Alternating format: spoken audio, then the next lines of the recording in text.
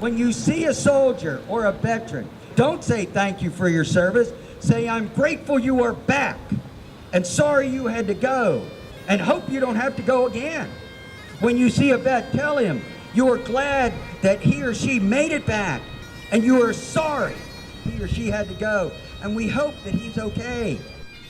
Because in this wealthy nation, veterans and service members are still poor people.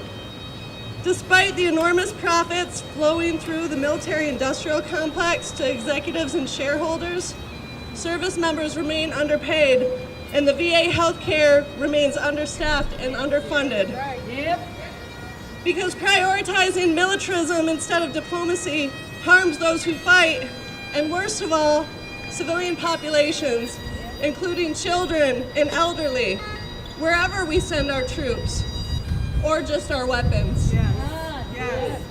Because militarization of our police, our schools, and our borders are creating false narratives about danger and safety.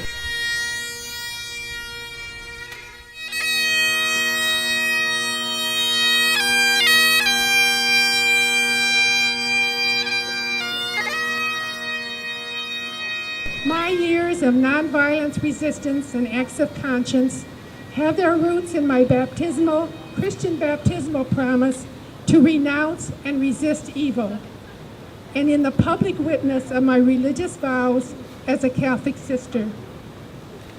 I live in Knoxville, Tennessee, about 30 miles from Oak Ridge, Tennessee, where the Y-12 bomb plant continues to produce nuclear weapons. The United States has started construction of a new bomb plant on the site called the Uranium Processing Facility. The United States plans to spend $1 trillion over the next 30 years to modernize all aspects of the nuclear arsenal. That means new bombs and warheads, new production facilities, and new command and control systems. This modernization will cost taxpayers $4 million an hour, every hour, for the next 30 years. Just think, none of this money will ever touch the lives of people made poor or to protect our planet. In a spirit of humility, I ask forgiveness from our good and gracious God and from my sisters and brothers for the times I have failed to speak and act for truth and justice. Sometimes I have failed to speak truth to power for fear of risking reputation, comfort, and security. On some occasions, my efforts for peace and nonviolence have been smothered by my fear of the powerful. In a spirit of hope, I pray that my nonviolent act of obedience to the God of life will aid the transformation of human hearts into hearts of love, and the transformation of human structures into nonviolent channels of justice.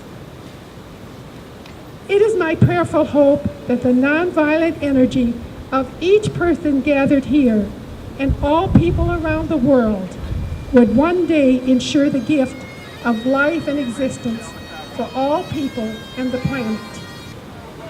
May our presence and action revive the heart and soul of our democracy and achieve systemic change that concretely improves the lives and conditions of people made poor and protects our planet.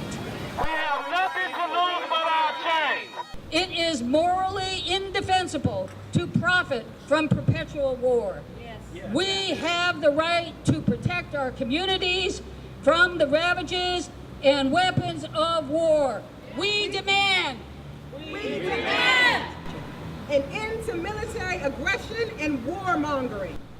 We demand A stop to the privatization of the military budget and an increase in military spending. We demand a reallocation of resources from military budget to education, healthcare, jobs, and green infrastructure needs, and strengthening a Veterans Administration that must remain public. We demand! We demand!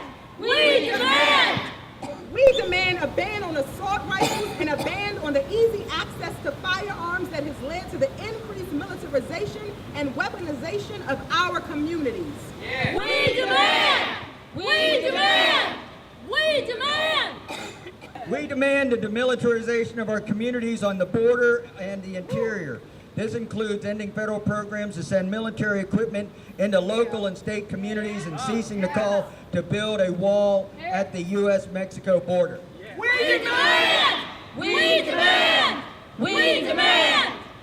We demand an immigration system that, instead of criminalizing people for trying to raise their families, prioritizes family reunification, keeps families together, and allows us all to build thriving communities in the country we call home. We demand! We demand!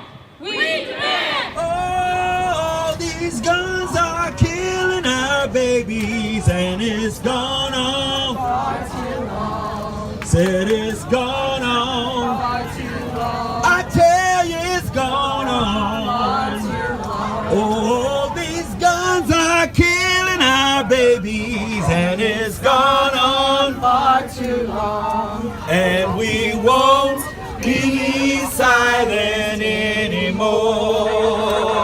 Oh, somebody's hurting my sisters, and it's gone on. I'd rather push legislation that allows our teachers the ability to take their classrooms with funds, with love, and actual non-test driven teaching, inspiring and empowering us to teach through the fear, to teach each other how to say hello to the invisible, hello to the silent, hello to the hungry, hello to the poor, hello to the others, hello to all. Followers, I love you. I love you.